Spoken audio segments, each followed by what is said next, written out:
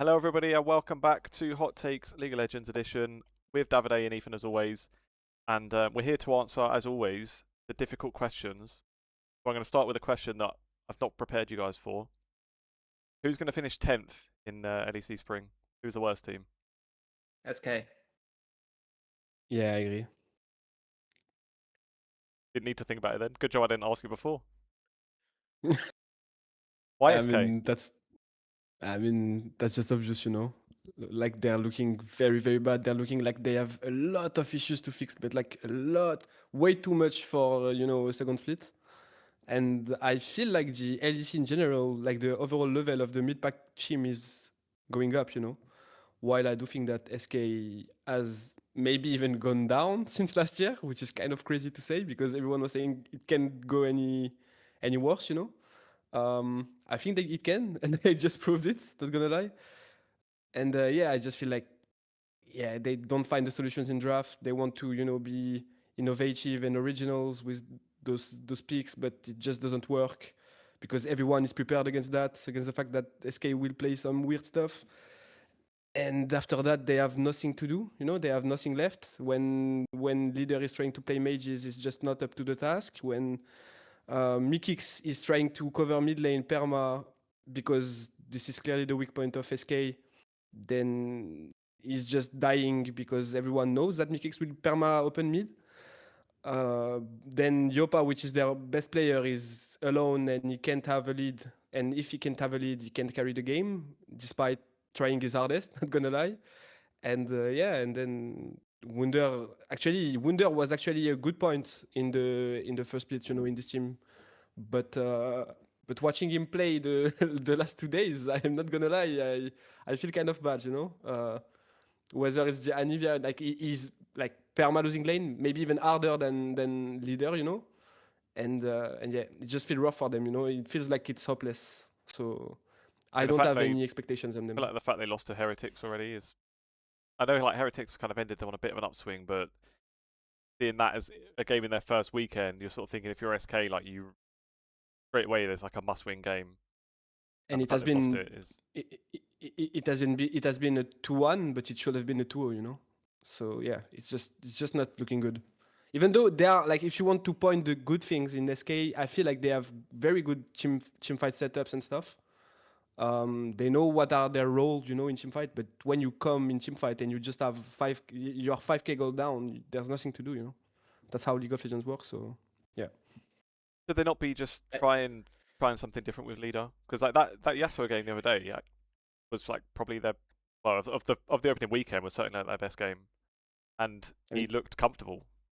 Like he that's actually what I looked was good, saying. and it's just weird. Like It you get him in, but yeah, to try and like force him onto stuff he clearly like doesn't feel comfortable playing, it sort of yeah, defeats but the point of having him. Yeah, but when you try the Z, it doesn't work. You know, he had a very rough game on Z. The Yone in the last game was even like not worse, but Yeah, it was very they've bad tried on him it. on like a few times in LEC Versus as well, and that wasn't looking. Yeah, yeah, and even the past 2 days, you know. So honestly, it feels hopeless. You know, it feels hopeless. I don't know if magically he will play better on mages, or if magically they will find solutions in draft. Because I was talking to Honor, actually, the head coach, and what he told me is that even with those melee champs, you know, you have to be sure that some picks are not available. For example, there was that game in the LEC Versus that they did where they picked Yone, the opponent picked Rise, he just stacked full armor and he wasn't killable, and Yone was useless all game, you know? So it's just that there are counters to their playstyle, you know? And it's just too restraining, you know? They have to play under conditions that shouldn't be possible, you know? I feel like it's with SK. It just gives me the impression that every time there's always someone that kind of drops the ball very hard, and it just happens in turns. That's kind of my biggest issue that I have with SK. It's like they're, you know, that there's some potential, but at the same time, it's never five together. At least there's always someone who doesn't show up in the game that probably needs to show up, and then that causes the entire team to kind of crumble apart.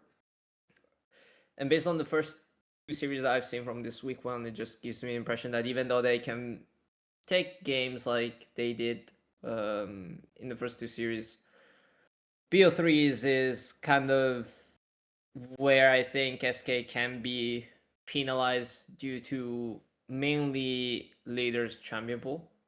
Well, at least they can obviously draft around it, but at the same time, it's never optimal. And even though technically Fearless Draft should, reward teams who are willing to use those picks, I think we still got to the point where most teams have BO3 figured out, and you can still play somewhat meta or comfortable team compositions in the third game. And I think SK doesn't have those cards right now. Or at least they haven't shown them or like proved that they actually work, which I think many other teams in the league have or can do on a more consistent basis. Like even Heretics, for example, I think have more standard comps, if we put it that way. But like, I'm trying to think who potentially we still probably have to see Shifters, because like they were kind of one of the teams that struggled a bit last split. But I guess like I don't really see SK coming out of the bottom, and overall I still think like a team like Shifters can potentially, like, they showed more stuff that made me like convinced me to make that to say that they could be better, or like they should be better in LEC versus. The Shifters just had like super rough mid-late games transitions. Yeah. And so I kind of want to see how they evolve from there first before judging them, I guess. Yeah, but for sure they have more potential, you know. And coming back on SK, you know, what triggers me a bit is that it looks like they are in the middle of an identity crisis or something, you know. Like when you look at their draft, they are all over the place, you know. They are trying stuff. Then the other game they are like playing a standard comp.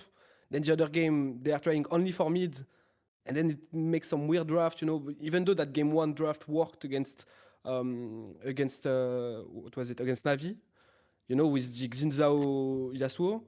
Like, I don't think if Poppy didn't troll the lane, it would have been that easy, you know? Because honestly, like, you know, the only setup Yasuo had was a Xinzao Q3, you know, which is like, to me, it's not the best condition for sure to draft Yasuo, right?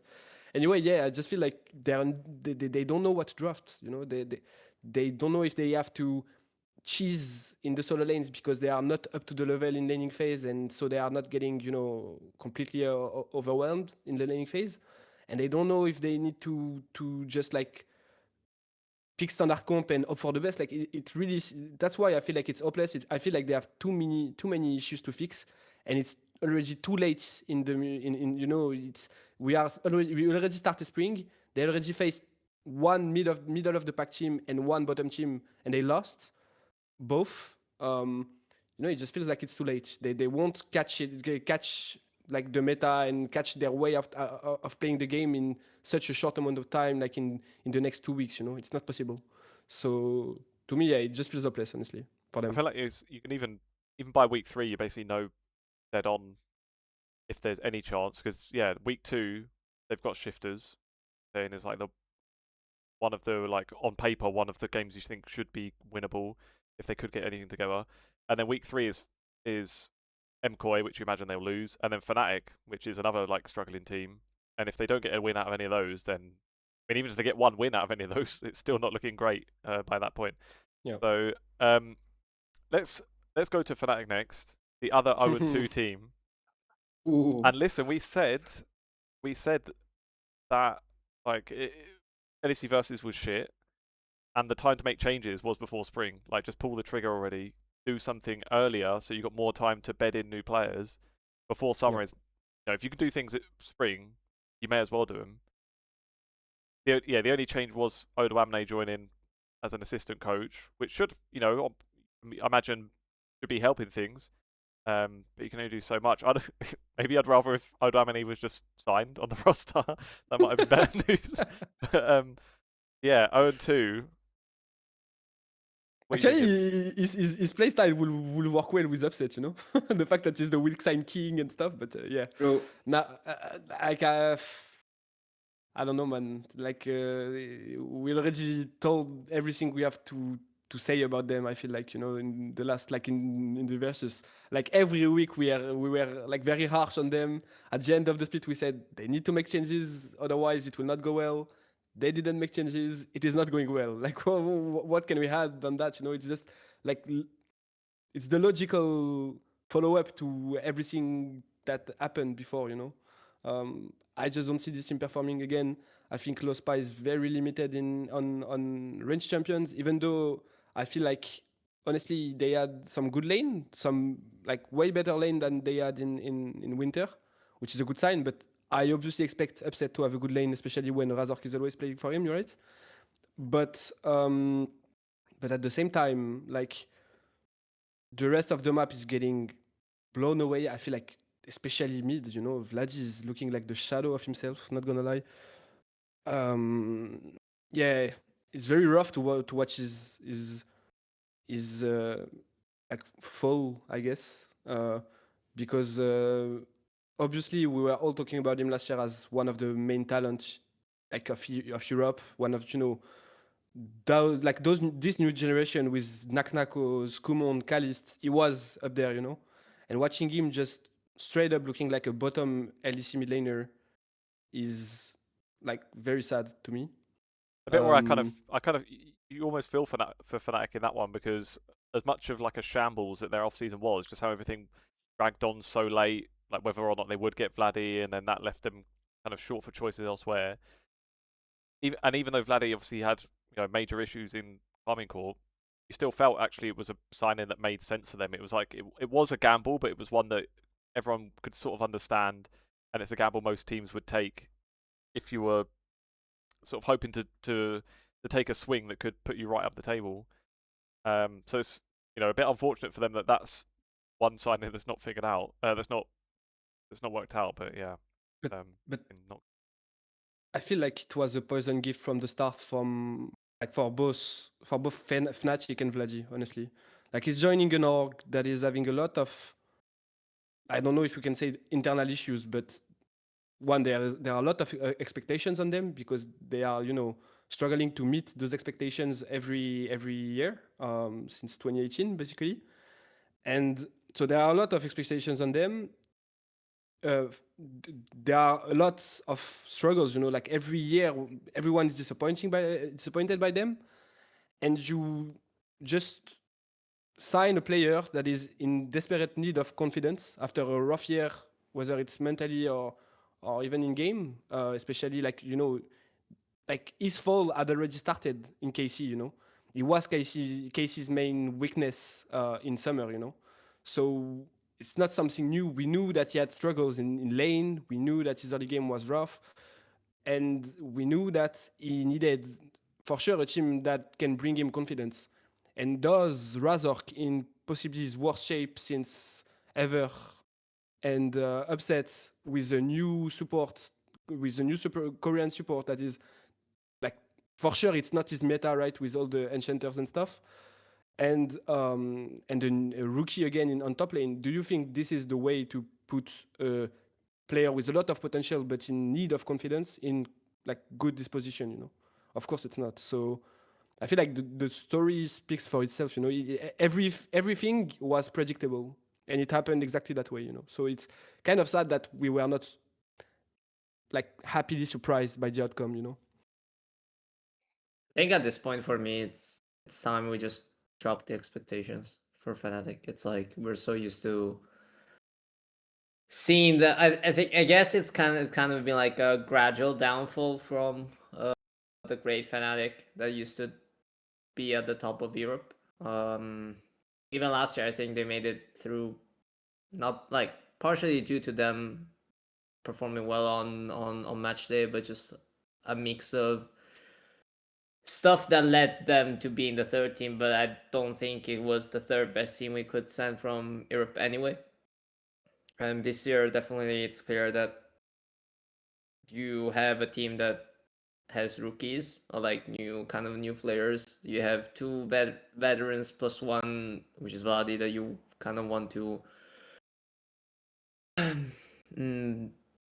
like he wants to show himself, I guess. The issue with that I have with Vladi right now is that fundamentally he is not solid at all. In a lane, like in a meta where laning phase is super important, more often than not he is on the back foot, and that indirectly creates a lot of unfavorable situations, both for himself but also the rest of the team. Really for Razork, by the way. He gets invaded like Yeah, 24/7. definitely. I guess that's also kind of due to draft. Like if you Yeah. have stuff like Victor, you're not really expected to have Prio early on. Yeah, but when you pick Aurora and you get solo killed Yeah, twice yeah, by Azir, you know, that's not supposed to happen. exactly. That's kind of like the other thing I wanted to say. It's just that he's not consistent. I don't think, like, even last year when he was on KC, I feel like there were times where you could see his weaknesses, but maybe his strengths outshone what downsides he could have had as a player. I guess this year he's getting exploited a lot more. I would also assume that the overall level of the league has gone up, Yep. which also means that he gets more pressure in overall in the standings. It's just that I think, like, right now I have at least 5, 6, 7 names that could potentially be better, which is 8. yeah, like, I mean, I guess, like, consistently better than at least 4 or 5 of them for me. Like, Vladi on a good day is still decent, but I guess if you're Fnatic, you want to get to Worlds, we're very far off. So I think, like, this year, I think I don't want to say it's gone, but for it's fans, gone. for Fnatic fans, probably it's just accept that this is not going to be a good year and take everything that is above what is right now as Above positive the result. 10th place, Davide. I mean, They haven't no, won a single series. Okay, let's keep it down there because there's SK. You'll take as 9th well, place so and you'll be happy with it. We'll wait for SK and then we'll talk, because I think there could be some other, like, I don't see Fnatic being as bad. It's just that they can't really, like, do much more than what they're doing, I guess, unless they can somehow find the fix. But I think like, I would assume that it's like what they lack is kind of synergy between the players, or like, I guess mainly it looks like to me they're each one of them has such different characteristics in terms of how they want to play the game, that it just feels disjointed. It used to be with Razork and Upset last year. I feel like I would have expected Vladi and Razork to do a little bit better, but I guess the lack of lane fundamentals, or like non-ideal, I guess not that strong lane fundamentals that Vladi have, kind of make it hard for Razork to actually do what he kind of wants to do. And then everything he does is kind of forced out of a situation that he shouldn't be in, and he tries to overforce plays because he wants to get back to recover and get back in game. So whenever he does that, it looks like he's just super hard inting, or he just does stuff because he feels like he doesn't know what to do next. And I guess from a general perspective, that's kind of what happens. Or like, that's how you differentiate a good jungler to a really great jungler. I'm thinking like, I think someone who potentially could be like a good representative is that currently is Yike. I think Yike does a really great job at he probably especially in G2, I think he learned how to play situations that are not in a favorable position for him, and accept the fact that he is out of his, like, the situation is kind of running out of his control, and so he kind of lets the team and the rest of the members kind of dictate, and then he'll adjust, and then eventually as a collective, KC gets back in game. Like, we also seen it in the first week, I guess. I think there was like was it the Elder Dragon against Vitality? But even generally speaking, just against, like, throughout all LEC versus last month, The biggest like trend that I've seen is it feels like KC is not that strong early on, but they're super good. Like they know what to do once the mid game comes around, once the late game comes around, and which is why I think KC is overall a good team, because if you're able to play those situations multiple times and prove that you're able to get the upper hand, then it shows that even though you can get into unfavorable positions early on, at least you, I'm sure as someone who watches, that you'll still be in part, like the game does not end until actually the Nexus falls for you. For Fnatic, it feels like if you're down 5k or like a couple of thousands in the first 15 minutes, it's kind of over. Let's go to that. And Oh, go on. no, just like I feel like Vitality, by the way, you can tell those players are good individually because of the fact that in mid game they have some, they have some good moments, especially like even if they are behind, they have some good moments. But it's just that they are so far behind, man. Their jungler is like 2 levels down. Their mid laner gets solo kill twice. It's just not playable. The game is just not playable, even if you play the situation as good as you can. It's not playable. And honestly, it feels like SK. It feels like SK, where the early falls apart, and even though you have good setups, even though you have good team fights, you have good like understanding of what you should do in the later stages. Well, because you're 5k behind, you won't be able to do anything.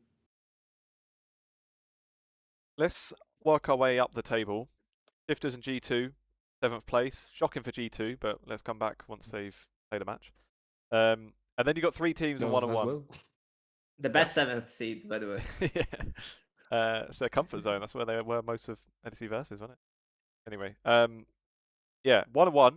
We've got Heretics, Vitality, KOI. I feel like Heretics, you do take it with a bit of a grain of salt that the win was against SK. So yeah, difficult to maybe take too much from their results so far. But like Vitality, that series with KOI is like easily the best game over the weekend. And even for a loss, it's like I feel like it gives you quite a lot of confidence in Vitality. Was it you last week saying, Davide, that they were going to go to Worlds? Yeah. No, it was Ethan, I think. Oh, No, sorry. I think it was you. I didn't say that. I mean, Did I? I said Someone said that they Vitality, could someone be. said Navi, I think. I said Navi. Yeah, Davide said I said Navi, yeah. I said Navi would be top 3, and I said Vitality at the end of the year. I see them Right. potentially contending for a world spot, I think. I don't know, what did I say? Oh, maybe I said they Vitality would took MKOI's place, yeah. Yeah. I think you said that they would go. Yeah. For me, Vitality is actually quite surprising. Like, not like surprising, like, oh, I didn't expect that. It's just like the way they're trying to play around, or like the way they're trying to play, I feel like is very akin to the players themselves. So just like stick to players' characteristics rather than sticking to the meta, compared to other teams, at least so far. And even though they lost to KC, I feel like it's working out. Like, honestly, like Nako is growing on me. Like, this guy is definitely one to watch. I really want to see right now.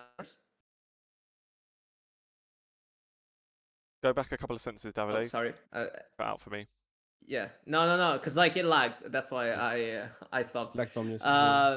There was like a major moment where I just felt like I was seeing Bin.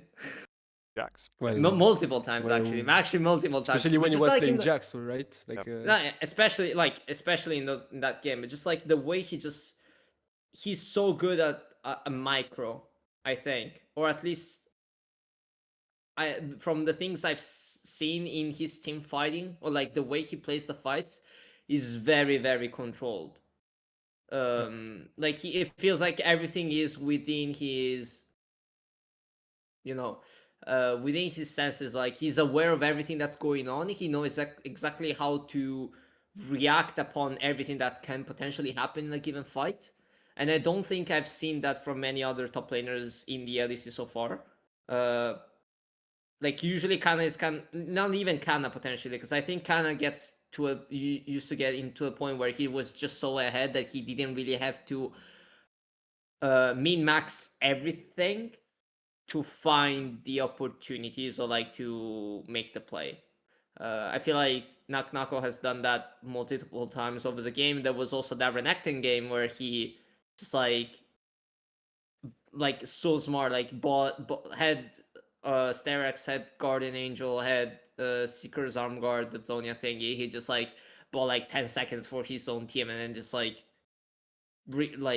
I think it was the Oriole that came in as well. He just dashed back in, 3-man ulted someone, like 3-man ulted from Oriana and then just killed everyone. It's those kind of things, you know. It just gives you the impression that this guy is the real deal. So I'm really excited to see what does next. I'm not really sure about the rest of Vitality though, because I feel like Link has had a rough has had a rough week. Carzzy also sometimes getting caught. I think maybe more than I would have preferred. But definitely there are some interesting things from Vitality, I think. I feel like I don't like. I'd say Linsas didn't really like not a rough week. I won't say that. I feel like he had like lows Rough games. and yeah, he had lows and better games. Not gonna lie. Like I feel like against KC, the first two games were like Nako and him completely taking over. You know, like not only Nako. I feel like he tends to drop the ball a bit in mid game. I don't know why is that. I haven't like analyzed anything specific to know why, but like for example, at game 2, I feel like he was so ahead of Yike, and somehow I watch the scoreboard and Yike is just like 1k gold up, right, like suddenly, you know, while Linsas was just in such a control of the early game. So yeah, I don't know. I feel like to me the main issue right now is humanoid in this team, because I feel like Fleshy, for example, I'm so surprised, like so happily surprised about how about his performances, because I wasn't expecting him to play that good, you know, in this meta. Like he has always been good in metas that reward, you know, engage support and stuff. And right now he's looking like the best bard in GLC. I don't know if you saw that game, but it was absolutely insane. And yeah, he's not afraid to play, you know. And I think that matches like very well with Karzi if you're not like to the point where you're really sunk, you know, if you're not like playing that much. And yeah, I feel like the main thing is like Nako is obviously very talented, as you said. Like his micro wise is very good. I think it comes a lot from the fact that he was an OTP Yone and Yasuo back in the days in solo queue, you know, and he was like completely running the solo queue server on those two picks. And yeah, he evolved so much. Like he evolved so much. Now he's playing all the meta champs in such a like honestly in I won't say world class, but like close to world class. You know, like his laning phase are close to world class. Honestly, when you look at his laning phase against Kana, how you know he is becoming a point of pressure for his team against probably the best top laner in the league, and that's something like not a lot of players can do, right? So yeah, I just feel like he's very good micro wise. I feel like you can see that he's still lacking in the like understanding of the map, maybe. Like sometimes he get caught for nothing, sometimes he goes too far, sometimes like you can see the, let's say, the immaturity in how he plays. I feel like at some point, obviously he's still very good. As you said, in team fights he will always find the clutch and stuff, but you can still see that he's lacking experience a bit. And obviously it will come by just playing the game at this level. And I hope, like honestly, I hope this team makes it to an international. Maybe even like I would hope they would make it to world, because I think they have a potential. I think like I would be so glad to see Nako against the best top laners in the world, just to just to have that little ego of saying, you see, we have a top laner that can play meta stuff and outplay you. You know, I would be so happy with that, because right now, what has it been? You know, it's been whether it's been Adam that is playing like his weird shit, like Garen, Olaf, Darius, and maybe he will outplay sometimes, or it has been Mirwin that is playing full weak side and good luck, or it has been, you know, BB even at first end, he was playing full weak side, right? So, and otherwise it's been Kana, you know, and yeah, Kana has made one international for us, but, you know, we haven't had that European top laner that will, you know, carry game on his own, that will, you know, like, as you say, how do you say? Yeah, just mechanically check his opponent, you know, in lane. And I feel like Nako can be that, you know. It's been since Wunder 2019 that we haven't seen that, basically. And yeah, I feel like Nako could be your savior in that. Like, imagine Nako stomps Bin, I would be so happy, you know. But yeah, just to mention that I would be glad to see this team at an international, because I think they can, you know, their ceiling is far from reach, in my opinion. I think Lidsas has a lot more to prove. As we said, he had good games, bad games, and he has to start being consistent if he wants to reach that this level for his team, you know. And again, Humanoid, I would say, is like mainly about his champion pool right now. I don't know. I feel like he hasn't found the meta, you know, whether it's like, you know, he's playing LeBlanc into Azir and it doesn't work. Then he's playing Annie and it's useless all game. Like, I just feel like, you know, he is struggling with finding the right picks for his team. Like, I just feel like he's trying to play to win lane and he doesn't. So just, you know, don't play to win lane. Play to be a facilitator for your team, you know, which so far he hasn't been. So yeah. Oh, on just on Nako as well, it's worth pointing out that this being this was like kind of known to be a year for Vitality, like a, I don't want to say, not like experimental, but, well, almost experimental, I guess. Like, the whole team was kind of known that, all right, if you've got this chance, like Pad has got this chance to be the head coach, he's allowed to bring in these old players that he liked, but it was like agreed, this is 1 year, and if it doesn't go well, then next year is a new project. But even with that, Nako is the one player they've got contracted beyond 2026. Because, like, I think they're like in their CEO was saying it, like he's their franchise player now, and they're like wanting to build for him, which makes perfect sense. Yeah. And imagine this team with Jojo though. Like, I feel like this team with Jojo Pyun will be absolutely insane. Like, maybe with Jojo Pyun and Yoya, like this team, man. Anyway. Well, thanks for getting in the way of my transition that I'd set up for myself, and you fucked it for me. Cheers, mate. But what I was going to say was that another team that has their franchise player locked down now until 2028 is Karmine Corp with Kalist, which is no, it is. It's in the. No. I swear it is. It's in the contract database, isn't it? Ah, really? Don't you're joking or not? No, did you not see it was this? fake, man. Seriously? It was fake. Was it actually? Oh my days! I've been got. It was a fake account, man. Oh, fuck off. I got baited the first time I wrote it, but you know, I realized it instantly. It's been since yesterday. You think is extended? I'm gonna die from embarrassment. I'm even checking it because I would like the slim possibility that I was not incorrect. No, yeah, you're right. No, he's not. Not Why yet. did you let me carry on my transition then? But...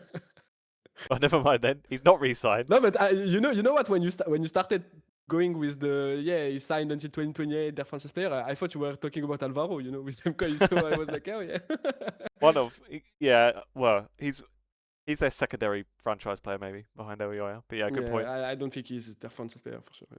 Oh, if only we could rewind time and I went for Alvaro instead. Anyway, let's talk about Karmine Corp, who might change their ADC in November because they've not got one signed beyond that. But with this banger series against Vitality, then, where I feel like for Vitality, even though it's a loss, maybe the expectations you'd have between them and KC, they come out kind of looking good, really. The fact they got a game, and there was that, even the second one that they lost, like the 55-minute or whatever slog that they were in the lead for much of it as well. So I feel like Vitality come out looking good. Does it mean that that series looks like a bit shaky for KC, or what are we thinking?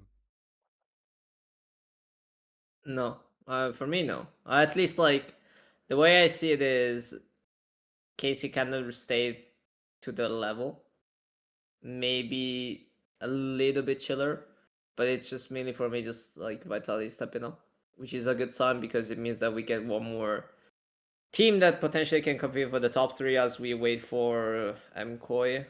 At least like figure out what MKOI is up to, because I think I might have some stuff there. But there's also Navi, so I think it could be like a potential 4-way, 5-way if MKOI and Navi actually are consistent enough. I'd say the worrying sign from that KC performance to me is that it's starting to be kind of obvious that they are struggling to play through top, or Yeah, true. to even help Kana in general. I feel like Kana has been on an island since the start of the year, and like teams have started to abuse it in playoff. I feel like, especially whether it was G2, MKOI and stuff, they were all abusing it. Playing through top, playing for top, or even just putting Kana in bad conditions. And even though he will, like, Kana will eventually recover, Kana will eventually play his role in mid game and be useful. Even if he's like 2 or 3k down. We saw that in that Jax game of Naknako that KC eventually won. But it's not the best condition, and for sure it is not helping their mid game. To have to enter in this mid game with like your top laner being that much down in gold, and for sure, like for example, when they will go against G2, when they will go against, even if they go to an international and goes that way, it will not be good for sure for this team. It will not be forgiving. Like they will lose some games because of that. So it's worrying. Like it's a worrying sign because it hasn't changed since winter, but it's good that it happens now. So they have a wake up call. They know they need to work on it. I know that I already talked about it with Calist and with Reaper, the red coach, and both told me that it was like when they made the first assessment after they lost against G2. Everyone agreed that the main thing they needed to work on was on being able to play through Kana. And actually, I feel like right now this series proved that it has to be that they need to focus for the split. And if they focus this part, I feel like that series against Vitality was very reassuring when it comes to bot lane. Like bot lane was actually taking over. They had some very good moments. Even though Kalis got caught a few times, it just happens because of the way he plays the game, basically. But I would say, yeah, the fact that, this is the only thing that is missing to me for this team to be great. If this team can play through top and they have the option to either create a whole bot by playing through bot or create a whole top by playing through top, given the quality of their players and their laners, man, they will be scary as fuck. They will be scary as fuck, really. I think for me, compared to, like, I understand there's like kind of a urgency to fix this, but I'm not really that worried or concerned. Just mainly because I think like the meta can shift. Like it's definitely will shift. Like I think top lane meta has kind of been stale ever since the start of the season, especially in pro play. Like we're basically seeing the same picks being handshake in the first games of each series. And I just think that like some of the champions that Kana used to dominate on, or like the matchups he could play last year in Fearless Draft when Fearless Draft was there, are no longer there. Like most of the time you would end up kind of, obviously yes, you can get to play like stuff like Nar, for example, who can kind of bully with the range, but it's not really like a bully. And one of the biggest things I remember from Kana is like his Jace, for example, that he used to like whip out whenever he needed to, and it's like, oh, I might be 1-3-1, but then I'm like even in gold because I farm better than you. I did not use CS. I farm through first strike procs and stuff like this. I don't think it has been the case this year. So I think it's partially due to the champion pool. So I guess if that were to change, I would definitely see like KC potentially finding a way to play through top more. Obviously, the requirement of this has to be the bot lane being good, like good on its own, because you're always going to somehow like somewhat sacrifice one or the other as you play on the map. For example, I would say on the regular matchup, Kana is very good. I have no worries about that. He will play very well the Gnar against Cassante. He will play very well the Rumble into Cassante on both sides. I have no worries about this. I feel like whenever the team that is playing against is trying to put him on a volatile matchup, whether it's the Yasuo against Gnar, whether it's the Yasuo against Aurora, or not like unusual stuff, like the Shen against Orbesa and all that stuff, he can struggle. And he can struggle because that's like the top lane becomes the main point of tension in the game, where both jungler will cross and stuff, and that's where KC looks a bit lost. And yeah, I just feel like it's the main thing they need to work on. And as you said, I think bot lane, for example, in that game too, if bot lane didn't stomp like their opponents, I think game would have been lost in 15 minutes. Yeah.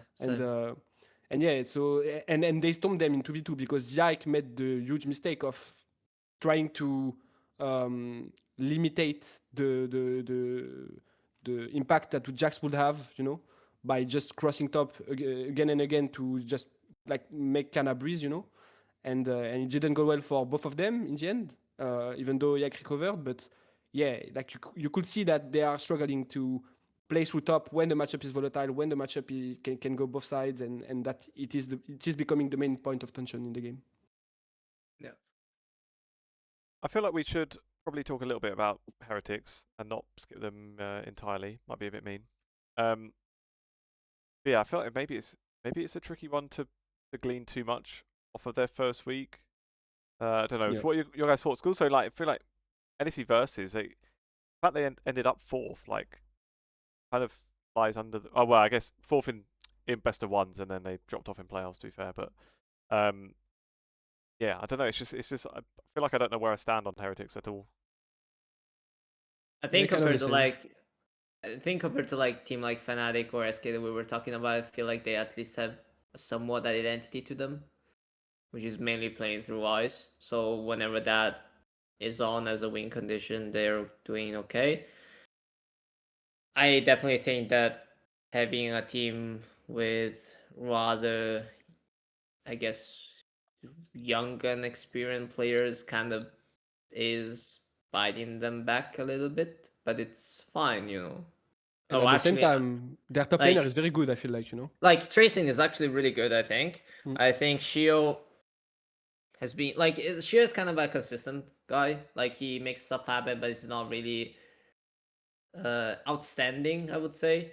Like for example, that we'll talk later. Like Relach could be. Like I think actually for me, I kind of see Navi and Heretics kind of in the same category as in player like a roster with good potential with new players. One is doing better than the other just because the individual players are better than the other and the synergy is slightly stronger.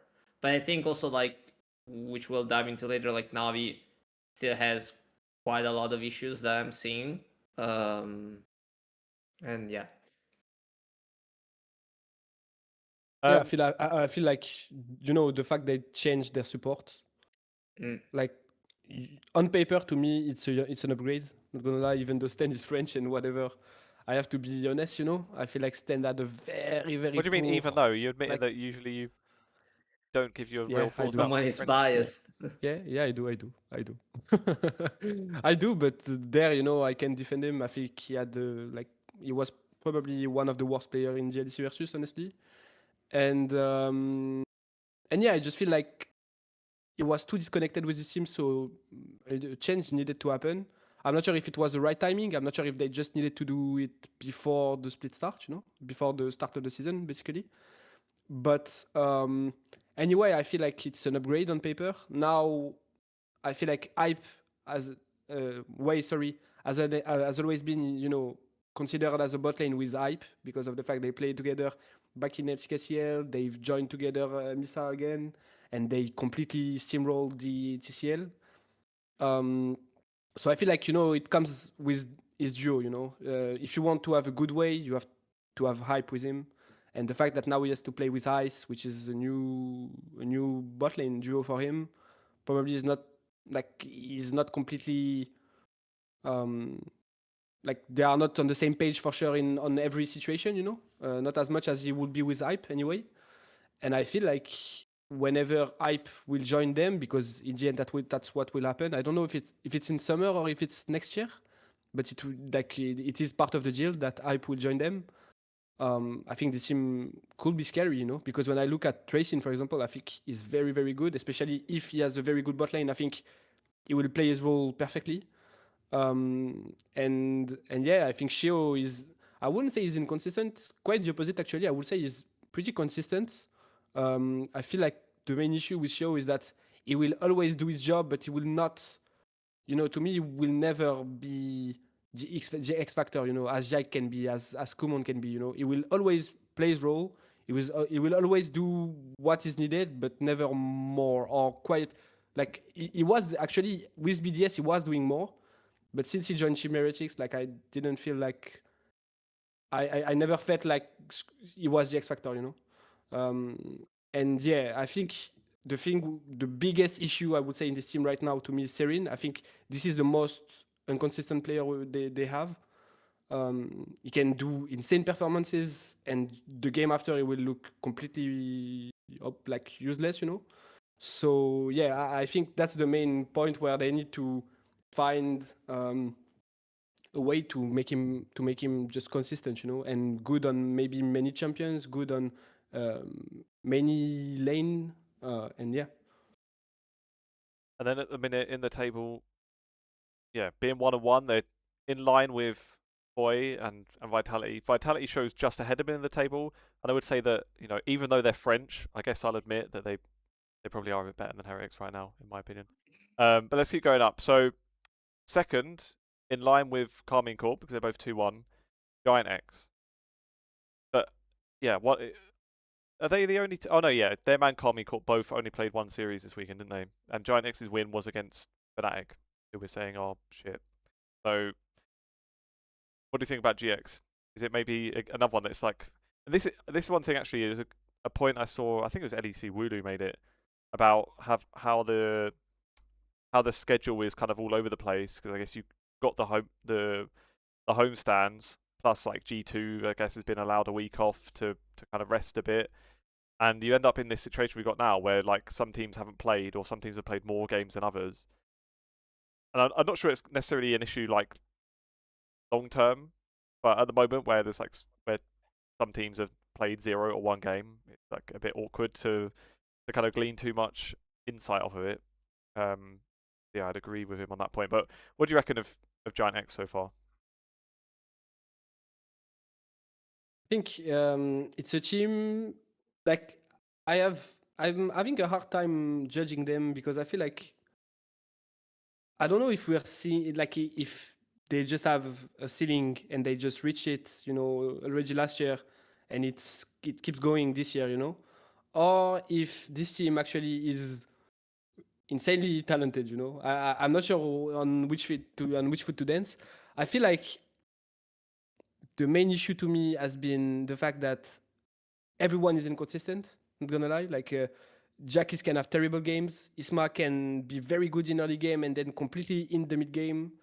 The bot lane, whenever they face a very good bot lane, they will somehow just completely choke. You know, there's always been this trend, you know, with this team that everyone is inconsistent. Everyone can have insane game and somehow just destroy G2, and the next day they will go on to get 3-0'd by KC, you know. And yeah, it just feels weird. Like I don't know. I feel like this is for sure a top of the standing teams. You know, they will always be above top 5 to me, or at least top 5. But I don't think they can reach the top 3. You know, I don't think they can enter. Like I think it's completely locked for them, just because of the fact that whether they have like they are choking against the best, or like they don't feel maybe they don't believe they can make it. I don't know. But it feels that way, when they got 3-0 by KC, it felt like the series was like they were, there was a class between these two, like KC was way above them. And that's a recurring trend with them. That's how I feel, They I are feel like like I feel like a like gatekeeper team almost. Yeah. I feel like it's the playoff team. Literally, I think if we look at the standings right now, it would be G2KC, MKOI, NAVI, Vitality, and GX. I think this could probably early take, but just like this I would expect to be the top 6 going into playoffs, based on how things stand. My issue with GX is kind of go with what Ethan was saying, is the fact that they generally just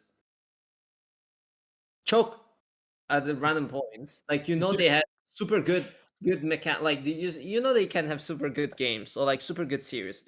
But it's kind of just reminds me of Vitality last year, where they just out of a sort, like, they would have some great series and then all of a sudden have shit series followed by it, but like with no signal whatsoever of that going, like that happening. And the issues that I have is, like Ethan was also saying, is the fact that it's not like one player, or like, oh, it's something that we can fix as soon as we pinpoint the solution. It just feels like they struggle for different reasons at different things for no apparent reason, or like for apparent reason, which is obviously their gameplay. But the fact that if you have a mistake that doesn't get shown repeated times, how do you know it's how do you make sure that it's not going to happen again? Like, even if you practice on it, it might, like, you practice on the thing that you think is not doing well, and then after it you see something else. So And by the unless way, but by the way, JX, I feel like it's repeating, like for each player individually, it's repeating. Like, for example, you can say Isma always has very good plans in early game. He will do insanely good. You will be shocked by his gameplay and stuff. And then he will throw in mid game. He will go too far. He will everything. And same for Jacques. He will always go too far. He will always play over aggressively in team fights and stuff and get caught.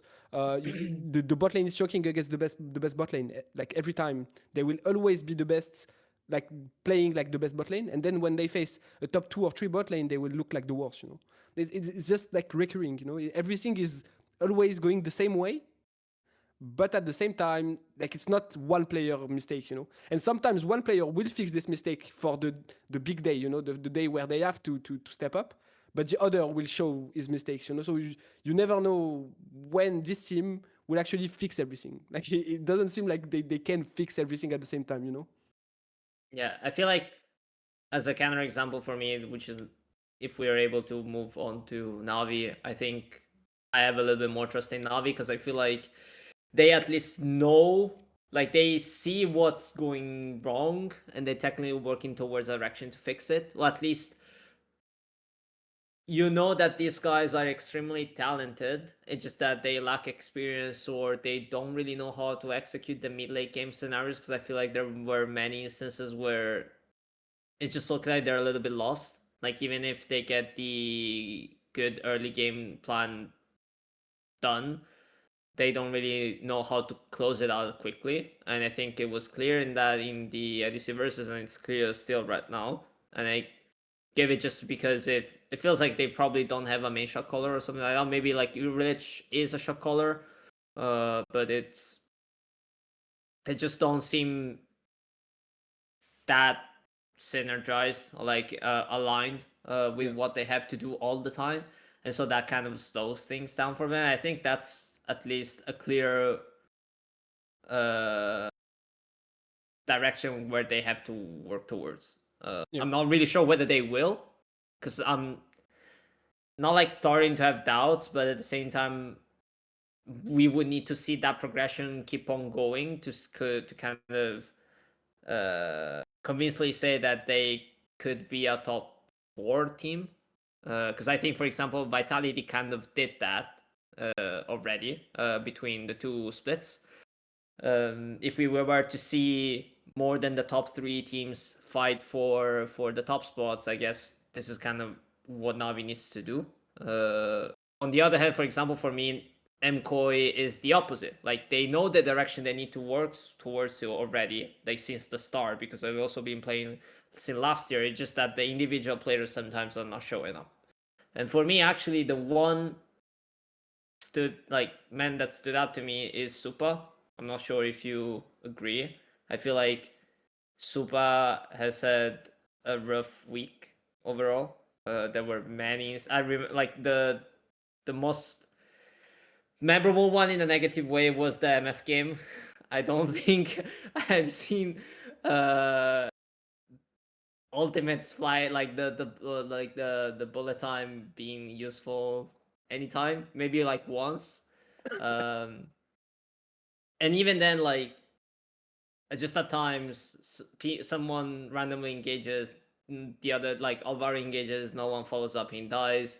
Jojo Pion kind of misplays some things and doesn't like play it not like to near perfection, but just like to what I would expect from him. The only consistent one is Elioya, but also him, I guess he had some off moments during those games as well. Wait, So you said Jojo had off moments this week? No, Eliolia had like a couple of misplays, I think. Yeah, but what did you say about Jojo? I didn't hear. Sorry. No, Jojo. I said like I feel like there were moments where he could have played it more cleanly. Oh yeah, for sure. But he didn't. Like I would, because I expected from what we used to be considered the best mid laner in NA to kind of be kept at a higher expectation. And I feel like even though he had some good games, especially like the Silas one, even in that game, I feel like he had some plays where I would have assumed that he could have played a lot better. Like I guess it was like one with Ari, like the Silas Ari solo kill in the mid lane, where I think he could have just killed him without using flash, and he had to burn it. You know, those kind of things. Yeah, but I mean, it's minor details. In the bigger picture, it's minor details. Yeah, but it's hard to, like, to me, Jojo is my MVP of the week, you know? Like, it's very hard to have anything to point at him in a negative way, because to me, like, he has been, like, the outstanding player of this week. Honestly, like, I was very disappointed with his winter. I felt like he was just limit testing a lot, overplaying a lot, like disrespecting even his opponents a lot. And this week he was disrespecting them, but because he knew he could disrespect them, you know.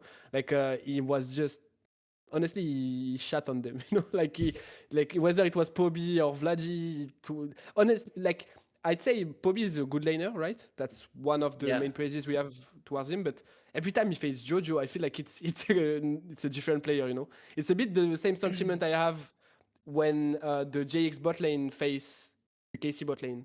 Like it just feels like they have a mental block or something, you know. Like they are just playing way worse. And yeah, I think Jojo just like he got 8 solo kills in 5 games. I feel like he was just stomping every early game.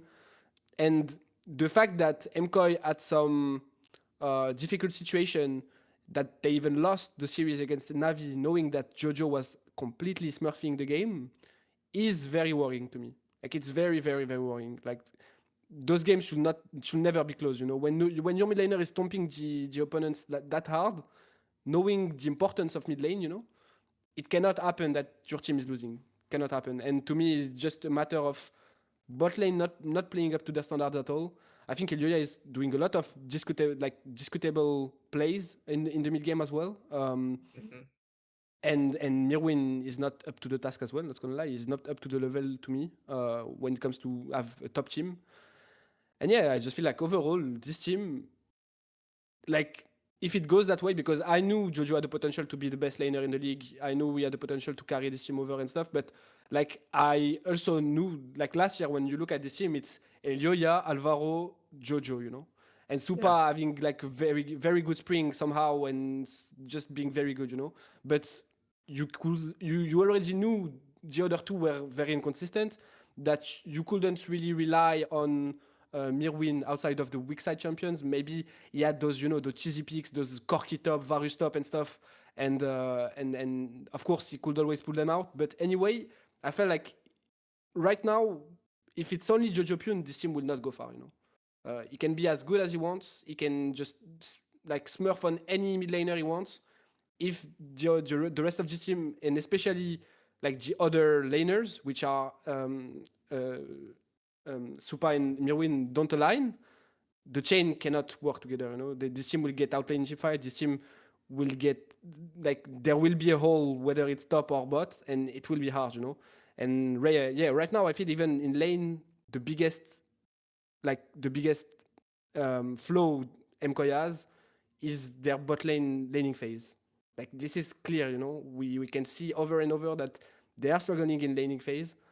And yeah, they need to work on it. For sure, they need to work on it. Alvaro need to work on those enchanters as well because even though I can see he's putting the effort because he's just playing them over and over in general, it's right now it's not enough, and he needs to step it up. I think he got renewed as well. So again, you know, the org is putting confidence on you. Don't disappoint them, especially because I think Melzhet said, yeah, if he's not playing well, like I guess you saw what Melzhet said about Supa and Mirwin, right? That they are not worthy of getting renewed anyway. But he also said in that same interview that for Sheep that Alvaro also was renewed, but if he's bad, he will not hesitate to replace him. You know. And right now, I think Alvaro, since the start of the year, has been one of the worst version of he has been the worst version of Alvaro I've seen in GLDC. And it's not normal because he has 2 years he played for 2 years now in the league. He should be, you know, starting to find his footing. He should be starting to be among the experienced player in a way. He had a very insane year last year, like especially in spring, he was the MVP of this team. Last year, like the year before at Worlds, he was the only good player I felt like in this team. And right now, the fact that he has such good players around him, like the mid and jungle are so good, you can't like let them down, you know. It's the moment or never, like don't let them down, you know. Now that you have all this experience, use it and just pull it off, like try to do your best, you know. And right now, I don't feel like he's doing his best. What did you guys think of Melzhet making those comments? Because that was like its own mini drama over the last week. I don't think it's drama. I don't honestly. I don't see an issue with it, to be honest. I Like, mean, it's one of those things we said before. Like, it depends on the players and if the coach is like, if they know what works with certain players. If there's a player that's like really sensitive and insecure, and then you say publicly, you might get rid of them if they don't pick up the slack, then maybe that makes them regress. But I think the thing with this KOI team is like, even when they first put the team together, it sort of seemed, got the feeling that everyone had this like a kind of shared mentality of wanting to be the best they can, and everyone was like mega motivated. And there had been like public things before of El Yoya like saying when he felt like practice wasn't going well enough, and like it's not like the first time at all that there's like public stuff that they say along the lines like this. I think it's very Melzhet style. Like I believe that internally they've had multiple discussions about this, like about what's going on. So I don't think it's that big of a deal, especially considering how the team has been playing together for 2 years. So like the guys know each other. They know that even if you say something like that, you shouldn't really be affected by it, because then in like behind the scenes, I would assume like Melzhet is I feel like he kind of gets it from traditional football, like that mentality where you can be harsh and carry on at the same time. Like you not bash them, but just like you call them out when you actually think you have to call them out. And that was very visible in a lot of documentaries that MKOI has pushed out over the past 2 years, I think. Even one of the latest ones, I'm not sure if it was Worlds or even NEC Versus, where he just said like don't fucking mess around or something like that, like don't joke around. It's because he demands like seriousness in specific moments, and then when everything is going well, or like when you see that the results are coming along, you still give them the candy, you still like cheer them up, saying like you're doing a great job. I think this is kind of the wake up call for some of the players, because I guess it's also kind of in their interest, you know. they're fighting to stay in the LEC. You're not really sure what could happen next year with everything that's going on. Sometimes a bad split can turn out can be career ending for you. You never know. So it's mainly that, just like, I guess Melzhet cares about the team, cares about the results, and it's fine to make those comments. Yeah. Obviously, in the end, you still want them to not be affected by it, and which I hope this is the case. If Or affected in a good way, because Yeah. otherwise the comment is worthless, yeah, If he exactly. didn't do that to affect them in a good way, like to put pressure on them, but positive pressure, then the comment was not needed for me, Yeah, exactly. But at the same time, what I feel like is that we always knew with this team that Supa and Mirwin were kind of like at the ceiling, When you look at this team, you're saying, okay, the big strength of this team is mid jungle and support. And that's also why I've been so harsh on Alvaro right before, because he has been extended with MKOI because he has been that consistent strength in their team. And the fact that he's doing such a poor job since the start of the year is kind of worrying for me. It's like, because he has had all those good performances, maybe he's relaxing a bit, or I don't want to say that because I don't know what's in the team, right? But at least he's not performing at all up to his standards. And again, maybe it's because of the meta. He need to adapt to new stuff that he hasn't really played before in his career. But anyway, like, he has the potential. Like, it's not like if you're that good on, look at Fleshy, for example. He was that good on engaging. Like, he was like very good on engaging support, and right now he's adapting very well to the meta, to the Enchanter's meta, right? Like, you won't tell me that Alvaro, which has been top 2 all year last year, cannot adapt to the Enchanter meta. For sure he can, especially with the talent this player has. So yeah, anyway, I feel like Supa and Mirwin, they have a ceiling, and we all knew that even before they joined the team. And it's just, showing right now because obviously everyone is extending their contract, but they are not. And so, yeah, I don't think this team can go much higher with these two, honestly. Supa had shown very good things, I feel like, in spring last year. But again, he hasn't shown that in a consistent way, He has such off game. This guy is the definition of inconsistency, He can have insane games where he's just carrying over the map, moving everywhere on every play with his team. Just very smart, That's his main strength anyway, is that he's very smart on how he moves on the map. And then suddenly, he will just run over, He will just like int his whole team. And to me, that's the main issue, is that you need to find consistency somewhere. And honestly, these two players are not consistent. Like, again, Mirwin also has good moments, when he's playing those weak side champion, he's doing a decent job. When he was picking those cheesy picks, Varus, Corki, he was doing a good job back in the days. But yeah, right now it's not enough. Those two are just not enough. And again, I put Alvaro in the same bag as them because from the start of the year, I haven't seen the Alvaro that I saw since he joined GLC, There's just one final thing on the comments. It was a good point that I forget who just said it. One of you guys just said that they've been together like all in the LEC for a couple of years, and obviously those three, like Melzhet and the bot laners, were there. And Mirwin as well, yeah. I think Mirwin wasn't with them in tier 2, right? In the Super League. I think he was with Movistar Riders. Maybe I'm wrong though. Oh, maybe he was so. not. No, I'm seeing a different Marky. Don't know who that Oh is. yeah. Oh, and then right. even it was well, yeah, and the others were even.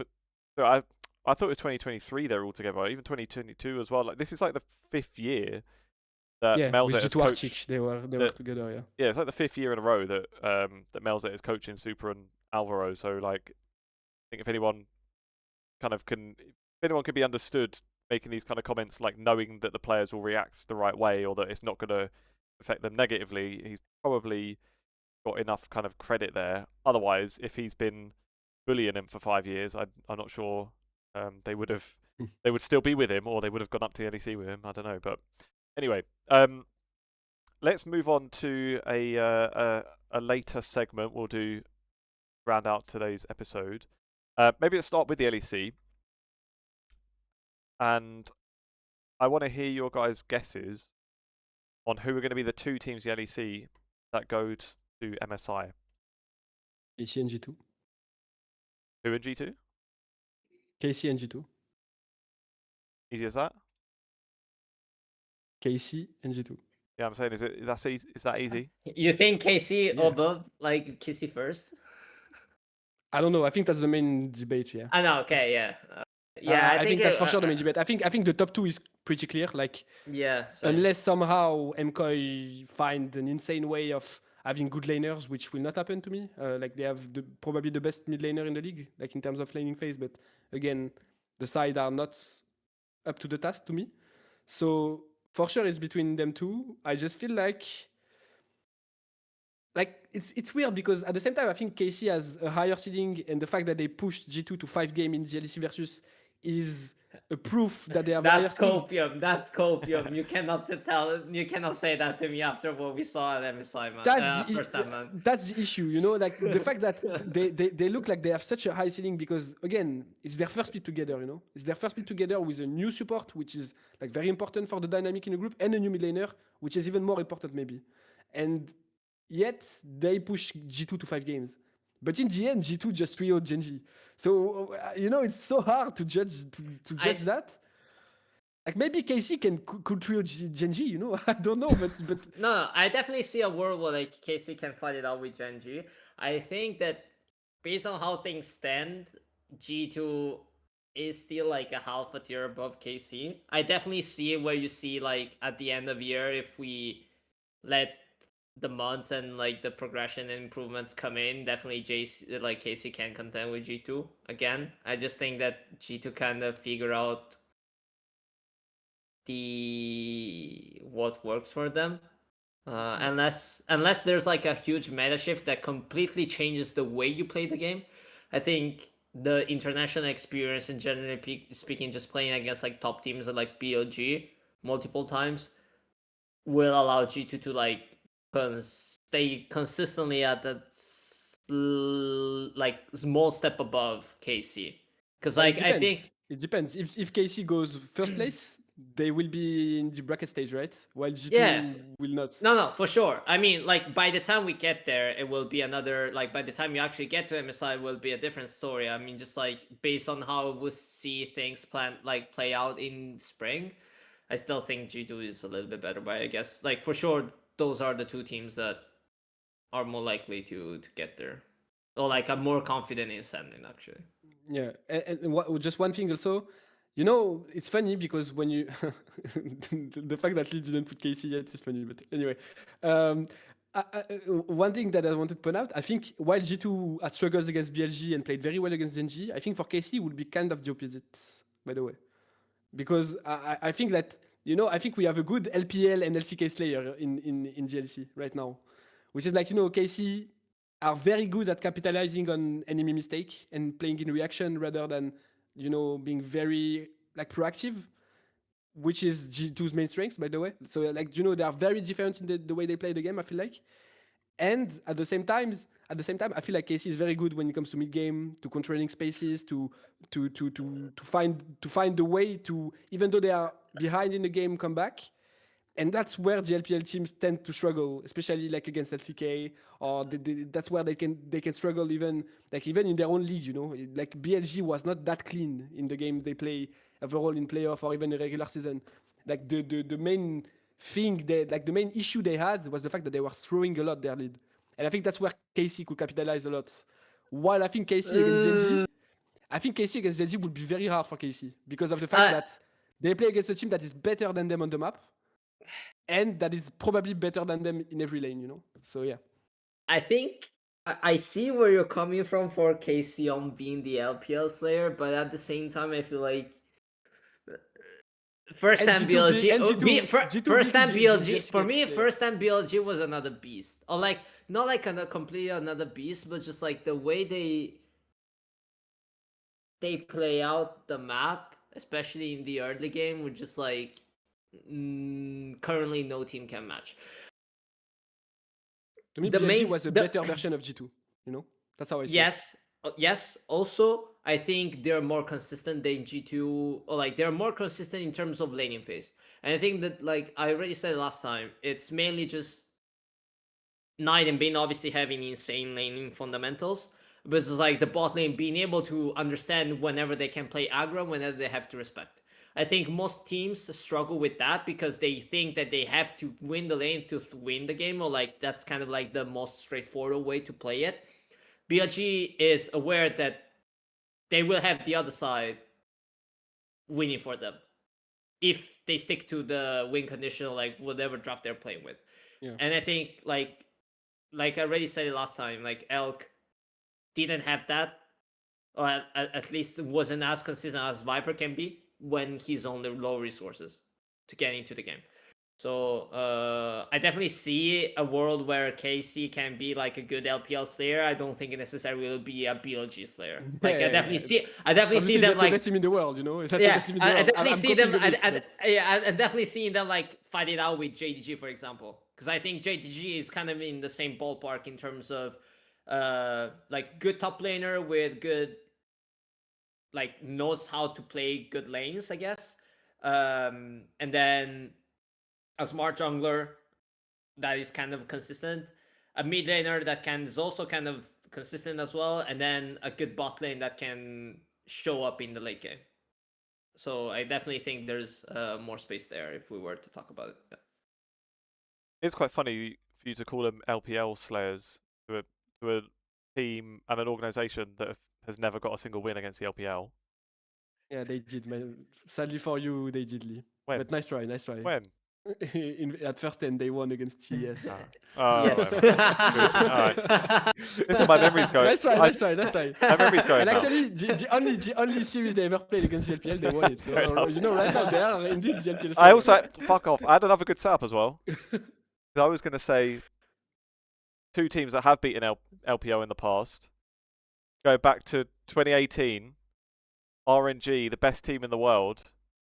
They go to Worlds, they get knocked out by G2, and even in groups, they dropped a game to Europe, to Vitality.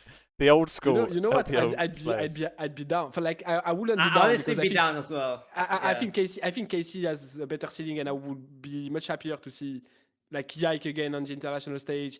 Calist having more international experience with Busio. You know, I think that would be better for the region overall.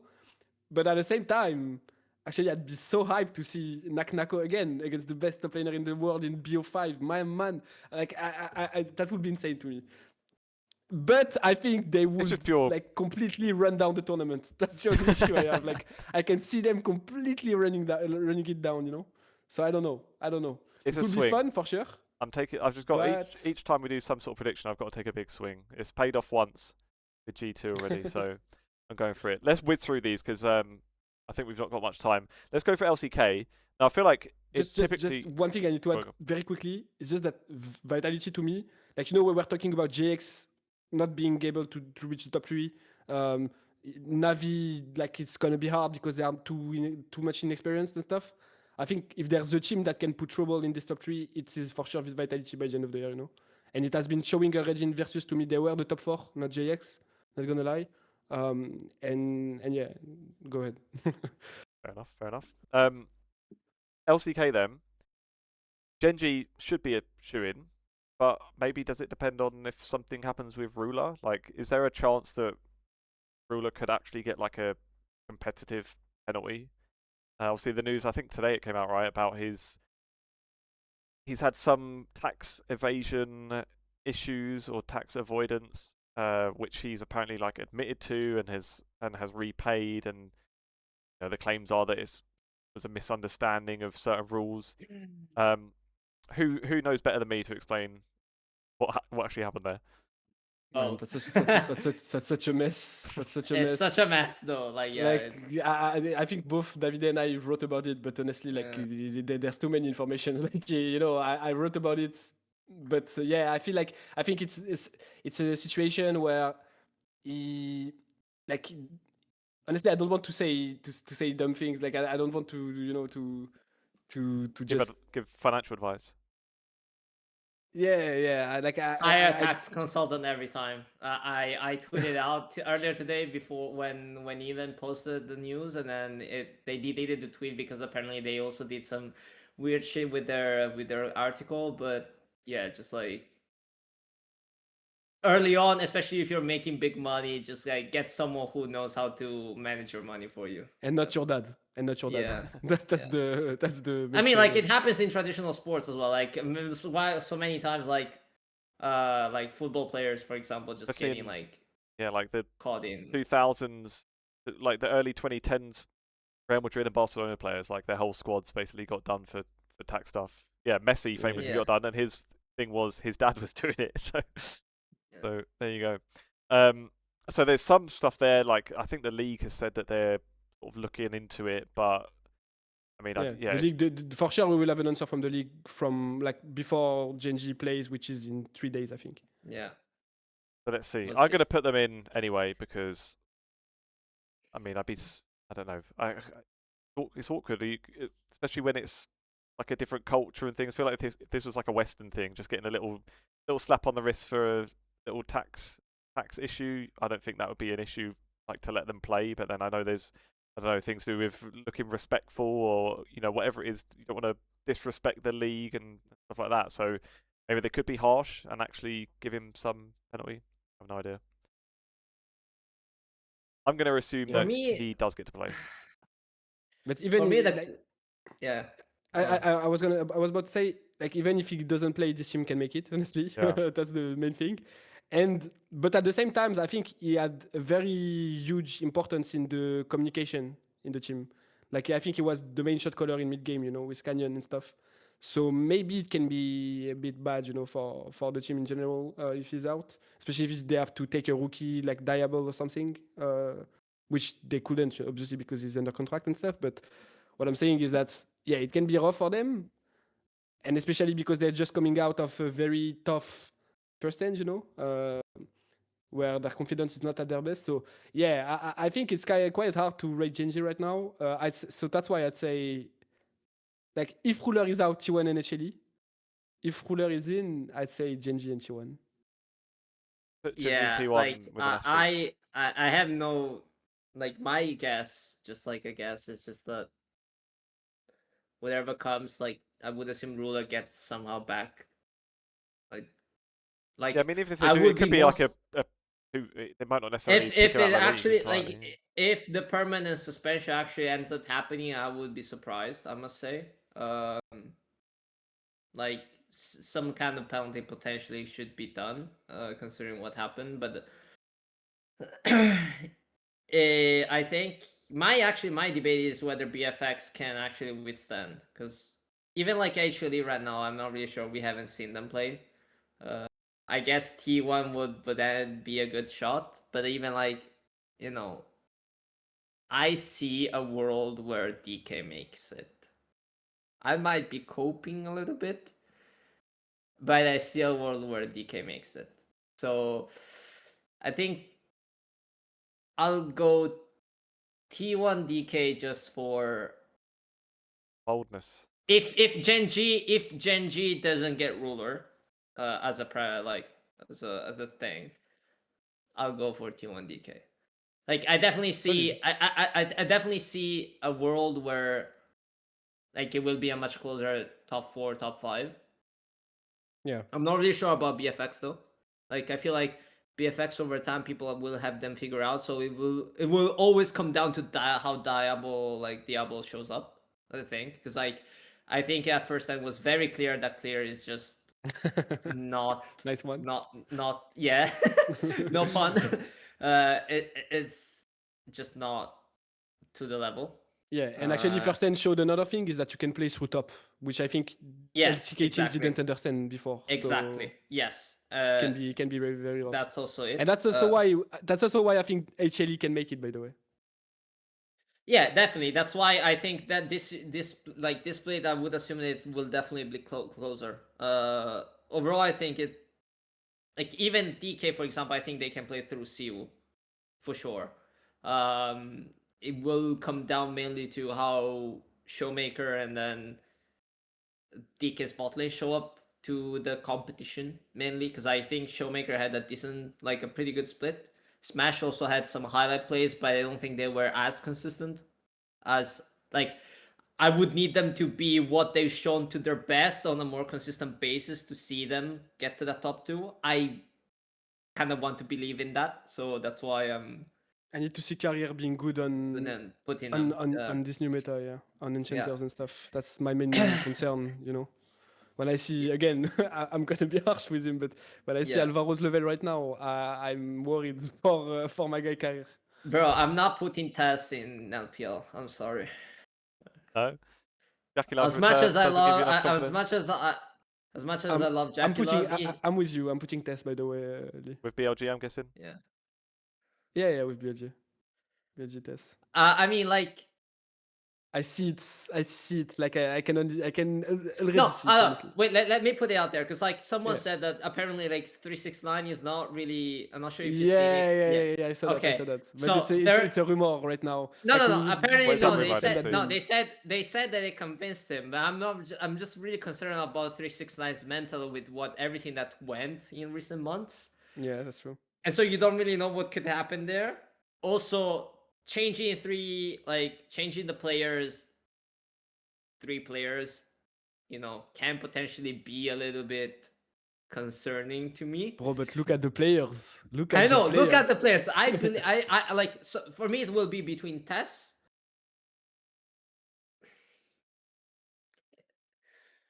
I think JGG can make it. Yeah, that's the Can't obvious make one, I think it will No, be. no, I think actually, they can't. I think they can't make it. I think because like I see a world where. Nah, I think I'm coping. I'm coping too hard. No, I'm coping too hard. No, I'm coping too hard because I think What? I see a world. Don't I tell see me a Wayne world where. Gaming. Don't tell me Wayne No. Gaming. I see a world where IG actually gets close there.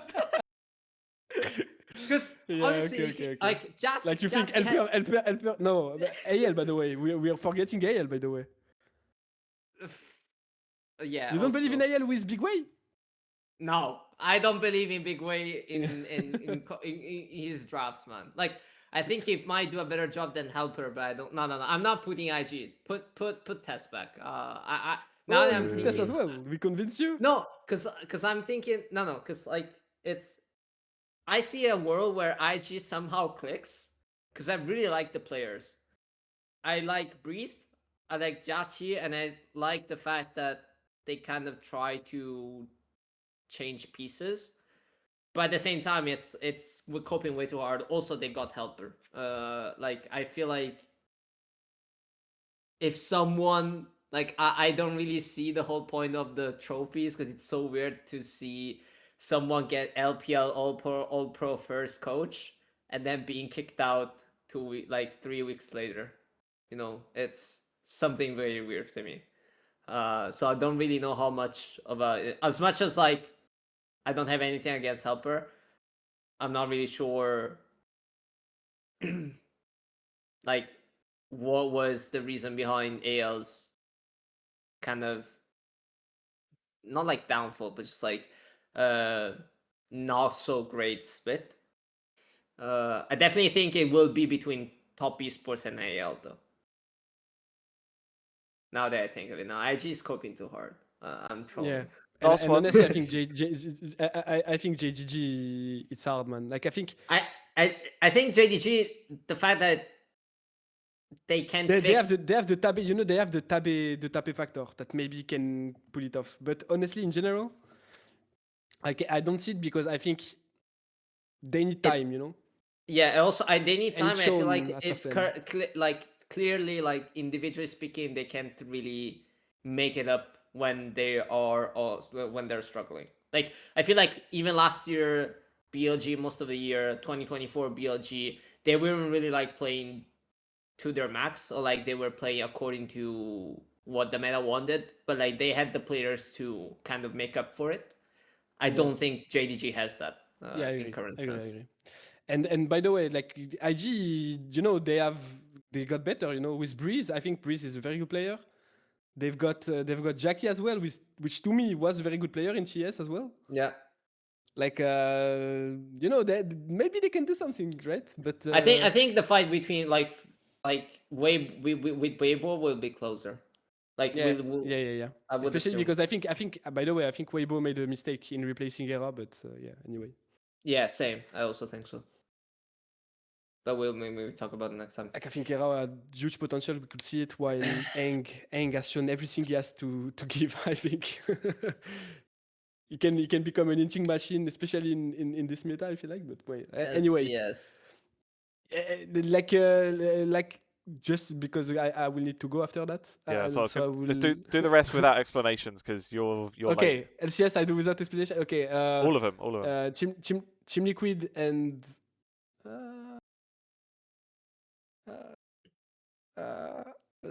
Team Liquid and Lion because they've inspired, I guess. Lion and TL for me as well. LCP, I'm not sure, man. I don't watch enough. I would say, like for sure, Team Secret Whales and GAM, I guess. I don't know if they were good last split, but I'm going to put a name out there: DCG and TSW. Okay, then I follow Davide because honestly I don't watch enough to have a correct judgment. I've gone for the one that was at DCG first stand and the other one that I know. So. But CFO is dead, man. CFO, I heard they were dead, like completely dead. Anyway, and just to end on it, yeah, similar I put Furia as well. Yeah. You got Davide. Yeah, I guess. Yeah. Good for me. Let's leave it there guys. then. So Ethan's not late. Yeah, we'll wrap it. You leave as well, or? Yeah, okay, yeah, okay. we're all done. We're all done, mate. Don't worry. Yeah. So as always, thanks for listening. See you next week. See you guys. Bye bye. Thank you.